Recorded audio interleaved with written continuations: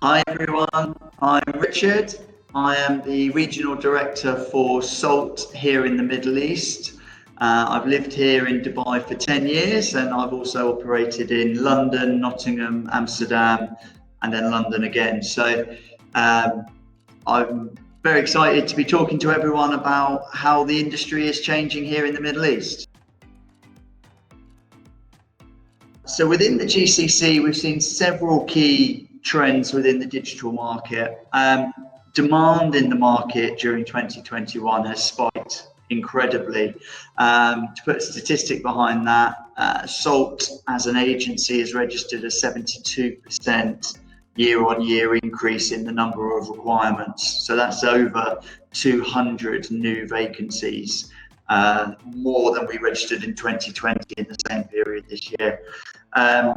And it's been matched by an equal decline in the number of candidates available. So previously, if we were doing an international search, we'd have a hit rate of something like 1 in 10 approaches would lead to a candidate CV.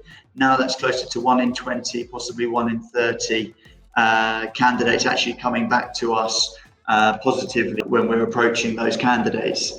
So the disparity in demand and supply means we're witnessing a rapid increase in things like candidates receiving counter offers, increasing candidate salary demands, candidates receiving multiple offers of employment and having multiple job processes going on at any one time, and candidates being promoted internally more regularly is another thing that we're coming up against. So, companies really do need to adapt to the current reality in terms of their expectations of talent, in terms of the volume of talent that they can get access to in the current market conditions, and also look at investing in more talent acquisition support, whether that be internally or through specialist support such as SALT. So we currently have a 3 S's mantra when we're educating clients about market conditions and what they can do to be more attractive. And the 3 S's are speed, salary, and selling. In terms of speed, 80% of candidates will still accept the first offer that lands with them. Generally, companies that offer first are the ones that are most keen on the candidate.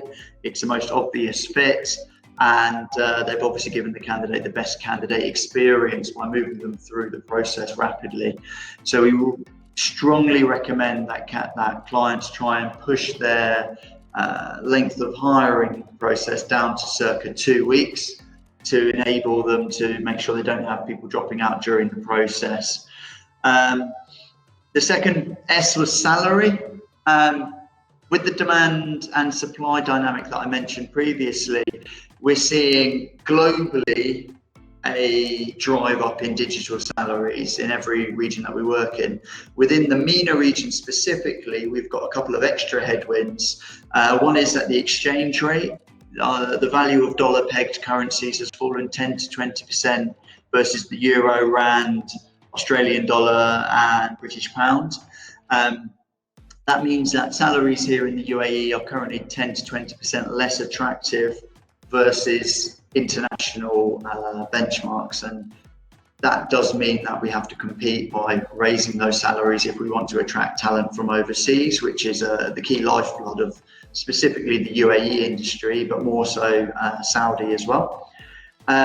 We're also seeing specifically in this region the amount of VC money going into digital startups is increasing rapidly. The volume of $10 million plus deals that we're seeing in the VC market is significant.